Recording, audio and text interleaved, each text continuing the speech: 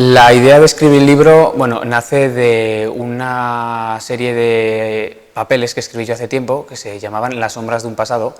y esas hojas recogían un poco, grosso modo y así un poco rápidamente, lo que fueron mis años de acoso. Fueron 6 folios en los que se escribían así un poco por encima todas las historias, todos los problemas, todas las amenazas, pero no de forma muy concisa y muy concreta, y sobre todo se me olvidaban muchas. Y poco a poco yo terminé la carrera, yo terminé los estudios y me vi con fuerzas de plasmar esos 6 folios en lo que yo quería que fuese un libro que me daba igual las páginas que tuviesen, me daba igual 50, 100 que 300. Yo quería plasmar todo y que diesen las páginas que diesen. Y al final, Las sombras de un pasado acabó siendo Sombras de un pasado. El proceso de escritura del libro es bastante doloroso, sobre todo porque no es lo mismo contarlo,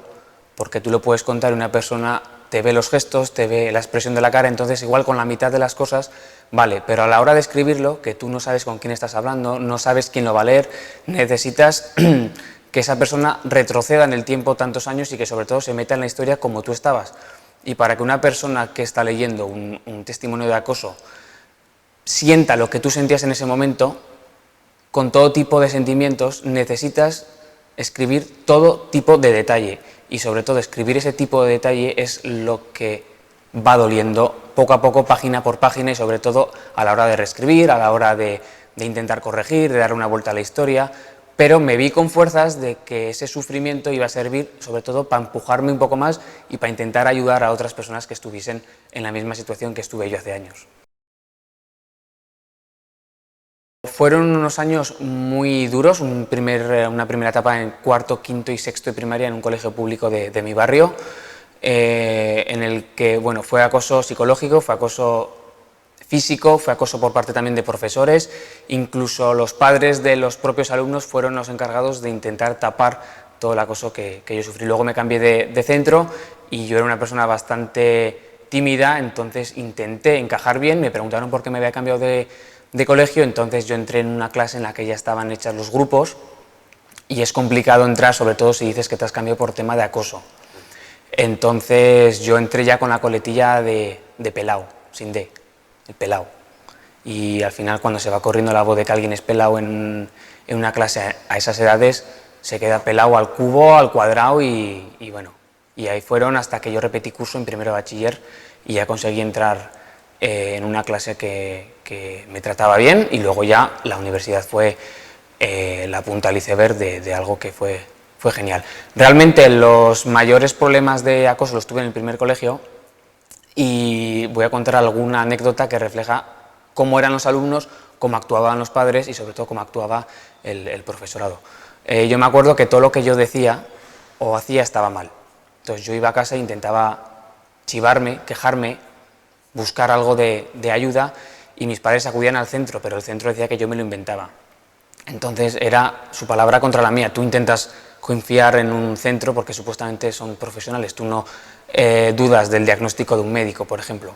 Entonces, bueno, pues una vez recuerdo que estaba en el patio, se fue el balón, me tocó ir a mí a por el balón y subí por una serie de arbustos que había y me dieron con una matrícula rota en la cabeza, una matrícula que cuando tú la fuerzas, cuando tú la intentas romper, se queda estilo destornillador, de estilo tornillo, no sé cómo explicarlo, se queda una espiral. Entonces con esa espiral me dieron en la cabeza. Yo me desmayé y el próximo recuerdo que tengo es estar en clase apoyado en el pupitre sangrando. Intenté llamar a casa, no me dejaron llamar a casa, la profesora llamó a casa, pero llamó a mi madre únicamente para preguntarle si yo tenía la antitetánica puesta. En ningún momento le dijo qué me pasó ni que yo estaba desmayado, entonces conseguí escaparme de clase y llamar a casa. Mi madre vino al colegio y tuvo una bronca muy grande con la profesora, pero en ningún momento se fueron a un despacho, ni en un aula, fue en el pasillo delante de todo el mundo. Lo vio la directora, con la cual yo quedé hace unas semanas y me negó todo, no se acuerda de nada, no quería reconocer nada y me llegó a decir incluso que si en su momento no se arrepentía de nada, a día de hoy menos. Ese es uno de los episodios. Otro, me acuerdo que alguien se quejó o se chivó de que jugando al pilla-pilla yo le bajé sin querer los pantalones a un compañero, entonces mi profesora en ese momento decidió ponerme en un banco delante de toda la clase y bajarme a mí los pantalones. Me bajó los pantalones delante de toda clase y me dijo que si yo lloraba me bajaría también los calzoncillos. Episodios como esos hay muchos, me pegaban, me robaban las cosas, se limpiaban la toalla de deporte, los excrementos con mi toalla,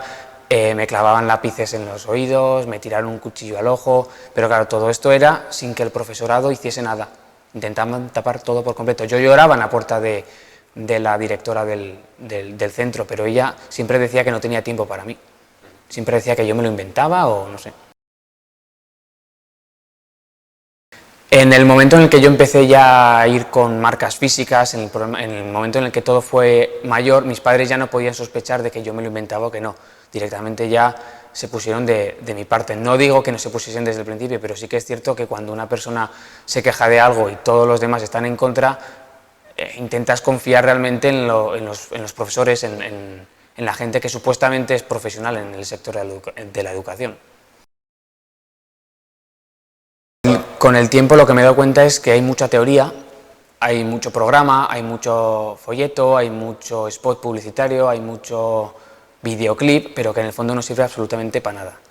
Entonces no me quiero meter yo en estos grupos porque realmente no entiendo cómo se puede llegar a intentar hacer algo cuando para mí no se está haciendo todo lo que se puede hacer. Se tiene que trabajar en casa, se tiene que trabajar en educación con los padres, desde pequeños. A un niño de 13 años no sirve absolutamente de nada que una señora del Departamento de Educación, por poner un ejemplo, vaya a explicarles porcentajes de acosos, síntomas de personas acosadas, síntomas de personas que sufren acoso, no sirve absolutamente de nada. Simplemente que les encanta que venga esa gente porque así se pierden la clase de historia, de matemáticas o de lo que sea. Creo que el problema viene de mucho más atrás, es un problema de concepto, de idea de educación que se está perdiendo y que por mucha charla que se dé contra el acoso, es que no es una charla contra el acoso, es una charla